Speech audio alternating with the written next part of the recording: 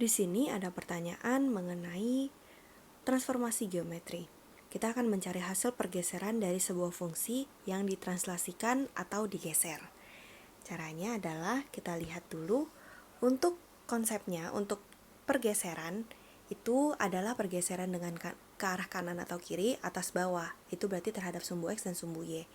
Kita lihat dari kalau misalnya kita punya titik X, Y, kalau kita geser dengan AB itu ditranslasi, maka hasilnya setelah digeser, maka yang posisi X-nya tadi akan bertambah. Digeser sejauh A, berarti X plus A, sementara Y-nya akan menjadi Y plus B. Ini adalah hasil pergeserannya, atau kita sebut sebagai aksennya, Y aksen dan X aksen. Jadi X aksen adalah X plus A, Y aksen adalah Y plus B. Ini awalnya, ini akhir. Lalu, kalau misalnya yang kita geser adalah bentuk fungsi, kalau di sini adalah parabola, yaitu Y sama dengan X kuadrat min 3X plus 2. Maka dalam parabola itu banyak titik. Ada titik puncak, ada yang titik potong sumbu X mungkin, ada titik potong sumbu Y, dan lain-lain. Dari sini, kita akan anggap bahwa titik yang berlaku di parabola ini adalah titik X, Y. Jadi X, Y ini akan berlaku untuk semua titik X dan Y yang berlaku dalam parabola ini. Itu kita sebut sebagai X, Y. Lalu, titik inilah yang akan kita translasikan dengan T-nya 2,1.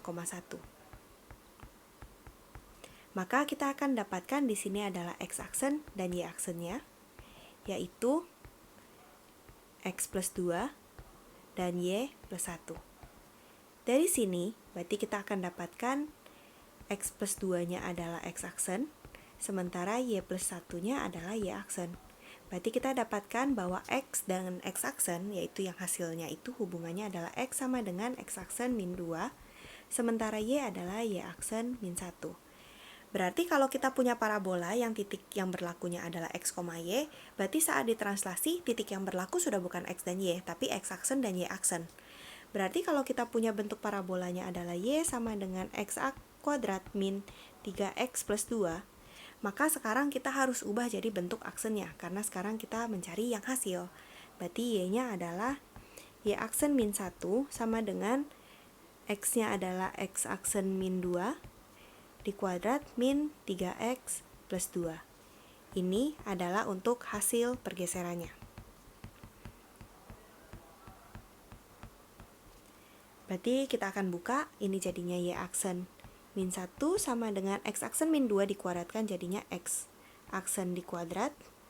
Kita kurung supaya tidak salah lihat antara aksen dan kuadrat. Lalu min 4X aksen, lalu plus 4. Ini tadi kita lupa ganti. Ini seharusnya jadinya X aksen min 2, kemudian plus 2. Berarti ini jadinya min 3X aksen, terus ketemu min jadinya plus, berarti plus 6 plus 2. Berarti kita akan dapatkan Y aksen min 1 sama dengan X aksen kuadrat, kemudian min 4X, min 3X berarti jadinya min 7X aksen, kemudian 4 tambah 6 jadinya 10, 10 tambah 2 jadinya 12. Berarti kita dapatkan Y aksen sama dengan X aksen kuadrat, min 7X aksen, plus 12 plus 1 berarti plus 13. Berarti kita dapatkan hasil pergeserannya. Jadi aksennya itu hanya menunjukkan bahwa itu adalah hasil pergeseran. Jadi kalau kita tulis dalam bentuk persamaannya,